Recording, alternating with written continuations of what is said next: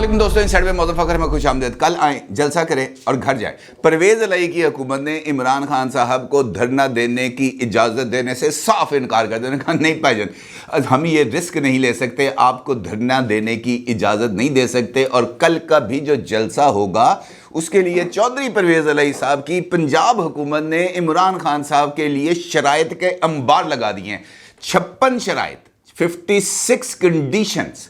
इसका मतलब यह है कि इमरान खान साहब अगर कल जलसा करने आएंगे तो उनको इन 56 शराइत के ऊपर अमल दरामद करना पड़ेगा, जिसमें से सबसे इंपॉर्टेंट शर्त यह है कि कल जलसा करने के बाद फैज़ाबाद पर उनको अपना जो एहतजाज है इसको बाज़ाब्ता तौर पर ख़त्म करने का ऐलान करना पड़ेगा। और उसके साथ साथ वो जो टेंट सिटी बनाई जा रही थी उस टेंट सिटी को भी कल जलसे के इख्तिताम के फौरी बाद लपेट के तय करके ट्रकों पर लोड करके घर भिजवाना पड़ेगा। इसका मतलब ये है जनाब, बहुत सीधे सीधे अंदाज में, कि कल इमरान खान साहब आएंगे, जलसा करेंगे, हकीकी आज़ादी मार्च के अगले मरहले का ऐलान करेंगे, या वो ये कहेंगे कि जनाब ये जो ऐलान है ये मैं 1 हफ्ते के बाद करूँगा, आप लोग तैयारी करें, हम दोबारा आएंगे इस्लामाबाद और एक मरतबा फिर इस्लामाबाद को धचका देने की, हिलाने की जुर्रत करेंगे, क्योंकि इस मरतबा इसको हम हिला नहीं पा रहे, इसको ज़रा सा हम ना, जिसे हम कह सकते हैं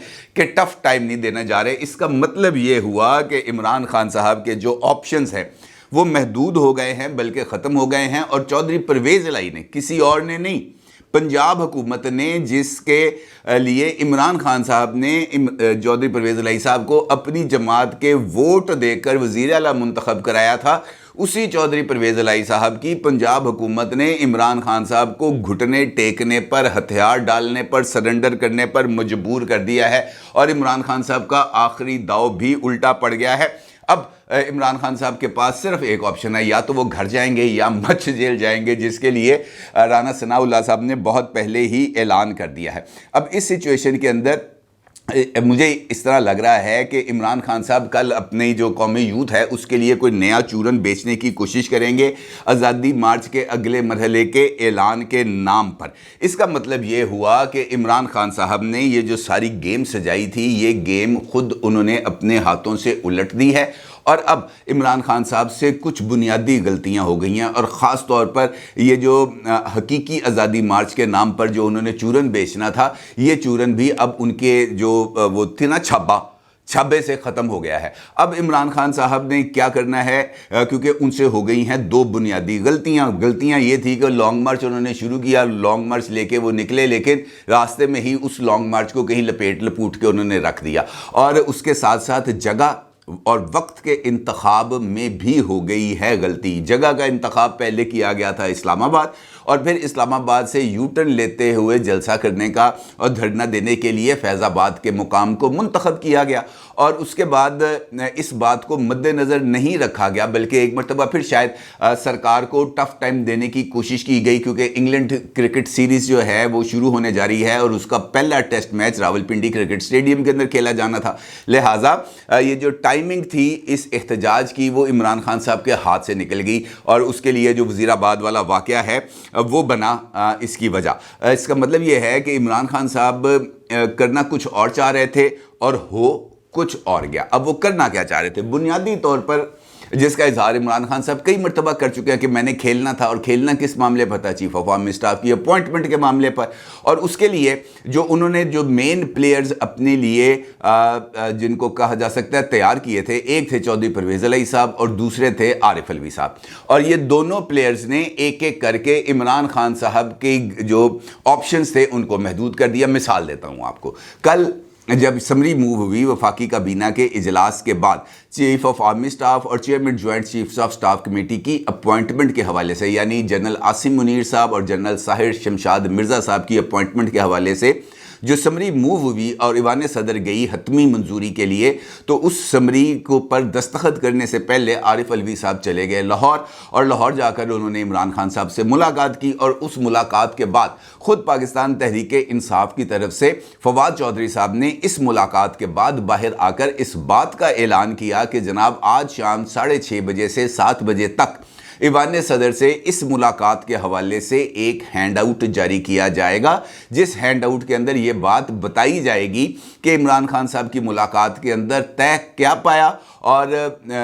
جو صدر صاحب ہیں وہ آئین اور قانون کے مطابق جو ہے اس سچویشن پر عمل کریں گے۔ اب ہونا تو یہ چاہیے تھا کہ صدر صاحب جب ایوان صدر پہنچے تو اس کے بعد ان کو وہ ہینڈ آؤٹ جاری کرنا چاہیے تھا، لیکن اس وقت یعنی کل شام کے ٹائم پہ تقریباً کوئی 4:30 4 بجے کے قریب یہ جو ملاقات تھی ختم ہوئی، اور اس کے بعد فواد چودھری صاحب نے یہ والی جو میڈیا ٹاک تھی مختصراً وہ کی، لیکن اس وقت جب میں یہ ویڈیو ریکارڈ کر رہا ہوں اس وقت تک تقریباً دوپہر کا 1 بج چکا ہے۔ اس وقت تک وہ جو ہینڈ آؤٹ ایوان صدر سے جاری ہونا تھا وہ ہینڈ آؤٹ جاری نہیں ہوا۔ ٹھیک ہے جی، وہ کدھر گیا ہینڈ آؤٹ؟ اس ہینڈ آؤٹ کے اندر کیا تھا؟ اس کا مطلب یہ ہے کہ صدر صاحب نے جو بات طے ہوئی تھی زمان پارک کے اندر اس بات پر عمل درآمد نہیں کیا اور عمران خان صاحب کو جھٹکا دیا، اور اس کے ساتھ ساتھ چودھری پرویز الہی صاحب نے بھی کل اسی ملاقات کے دوران ٹیلی فونک انٹری ڈال کر عمران خان صاحب کو جھٹکا دیا تھا، یہ کہتے ہوئے کہ جناب سانو ایسی سچویشن چ نہ پا دینا جہاں سے ہمارے لیے بھی پیچھے ہٹنا مشکل ہو جائے اور آپ کے لیے بھی پیچھے ہٹنا مشکل ہو جائے۔ یعنی بڑا واضح اور دو ٹوک قسم کا پیغام تھا جو چودھری پرویز الہی صاحب نے دیا، اور آج ان کے عمل سے یہ بات ثابت بھی ہو گئی۔ اور اسی طریقے سے عارف علوی صاحب جب ایوان صدر کے لیے روانہ ہوئے وزیر اعظم ہاؤس زمان پارک سے، تب ان کے ذہن میں عمران خان صاحب کے ذہن میں شاید یہ والی بات ہو، کیونکہ اس حوالے سے خبریں چل رہی ہیں کہ عمران خان صاحب نے عارف علوی صاحب سے کہا کہ ایک سمری پر یعنی سائر شمشاد مرزا صاحب کی سمری کے اوپر آپ ایوان صدر جا کر دستخط کر دیں، اور جو دوسری سمری ہے اس کو 26 نومبر کی شام تک روک لیں تاکہ اس سمری کی منظوری کا اعلان میں 26 نومبر کو فیض آباد پر جلسے کے دوران کروں گا۔ آپ یہ سمری 2 دن روک سکتے ہیں، کوئی بندہ آپ سے نہیں پوچھے گا، اور جب میں جو ہے فیض آباد جلسے کے دوران آپ کو اس بات پر گو ہیڈ دوں کہ عارف علوی صاحب دستخط کر دیو، تو تسی پھر اکھا بند کر کے دستخط کر دینا، اور جو کریڈٹ ہے اس سمری پر دستخط کا وہ میں لے لوں گا۔ ہونا تو وہی ہے جو وزیر اعظم شہباز شریف نے طے کر دیا ہے، لیکن چونکہ کریڈٹ گیم ہے، کریڈٹ گیم میرے حصے میں آ جائے گی، آپ کا کیا جاتا ہے۔ اور عارف علوی صاحب نے وہاں پر ان کو سمجھانے کی بہت زیادہ کوشش کی، لیکن عارف علوی صاحب کی یہ کوشش ناکام ہو گئی، اور عمران خان صاحب نے یہ فائنل ورڈکٹ دے کر صرف وہ جو ہیں عارف علوی صاحب ان کو زمان پارک سے رخصت کر دیا۔ لیکن جیسے ہی وہ آتے ہیں ایوان صدر تو نہ ہینڈ آؤٹ جاری ہوتا ہے، نہ ہی سمری کو روکا جاتا ہے، خاص طور پر جنرل عاصم منیر صاحب کی اپوائنٹمنٹ کے حوالے سے۔ اور صدر صاحب ایوان صدر پہنچنے کے بعد جو سب سے پہلا کام کرتے ہیں وہ یہی کرتے ہیں کہ دونوں اپوائنٹمنٹس کی جو سمریز ہیں ان کے اوپر نہ صرف دستخط کرتے ہیں، ان کی توثیق کرتے ہیں، بلکہ فوری طور پر جو chairman joint chiefs of staff committee designate ہیں جنرل سائر شمشاد مرزا صاحب، وہ بھی آتے ہیں ان سے ملاقات کرنے کے لیے، اور chief of army staff designate general Asim Munir صاحب وہ بھی آتے ہیں، اور وہ آ کر جو صدر عارف علوی صاحب ہیں ان کے ساتھ ملاقات کرتے ہیں، اور دونوں اس کے بعد پھر جاتے ہیں وزیر اعظم ہاؤس، اور وزیر اعظم ہاؤس جا کر وزیر اعظم شہباز شریف سے بھی ملاقات کرتے ہیں، اور یہ والی ویڈیوز دونوں کی سیلیوٹ کرنے کی جو ویڈیوز ہیں پرائم منسٹر کو، یہ اس وقت وائرل بھی ہیں سوشل میڈیا پر۔ اب یہ والا تو ایک چیپٹر ہو گیا کہ جناب عمران خان صاحب جو چاہ رہے تھے، جس کے لیے انہوں نے یہ سارا کام کیا تھا، وہ ان کے ہاتھ سے نکل گیا۔ دوسرا سرپرائز عمران خان صاحب کو ملا آج صبح، جب ڈپٹی کمشنر راولپنڈی نے عمران خان صاحب کی جماعت کو جو ہے ایک اتنا لمبا پرچہ پکڑایا، ایک فلو پکڑایا، اور اس کے اندر 56 شرائط تھی، 56 کنڈیشنز تھی، اور جس کے اندر سب سے امپورٹنٹ کنڈیشن یہ تھی کہ جناب آپ کو ہم جلسہ کرنے کی اجازت دے رہے ہیں فیض آباد پر، لیکن اس شرط کے ساتھ کہ آپ کو جلسے کے بعد شام 7 بجے تک اس جگہ کو نہ صرف ویکیٹ کرنا ہے، بلکہ علامہ اقبال پارک کے اندر جو تسی ٹینٹ شیٹ لائے نے وہ بھی پٹ دینے نے، وہاں پر کسی بندے کو ٹھہرنے کی اجازت نہیں دی جائے گی، اور یہ جلسے کی اجازت بھی آپ کو اسی صورت ملے گی کہ آپ ان کنڈیشنز پر عمل درآمد کرنے کی یقین دہانی کرائیں گے۔ اور اس کے بعد deputy speaker Punjab assembly Wasiq Abbasi صاحب نے عمران خان صاحب کی جماعت کے بہاف کے اوپر ضلعی انتظامیہ کے ساتھ ہونے والے اس ایگریمنٹ کے اوپر دستخط کیے، اور اب اس ایگریمنٹ کی ایک اور شرط ہے جو عمران خان صاحب کے گلے کی ہڈی बन गई है, इत्थे फंस गई। वो शर्त क्या है कि इमरान खान साहब के जलसे के दौरान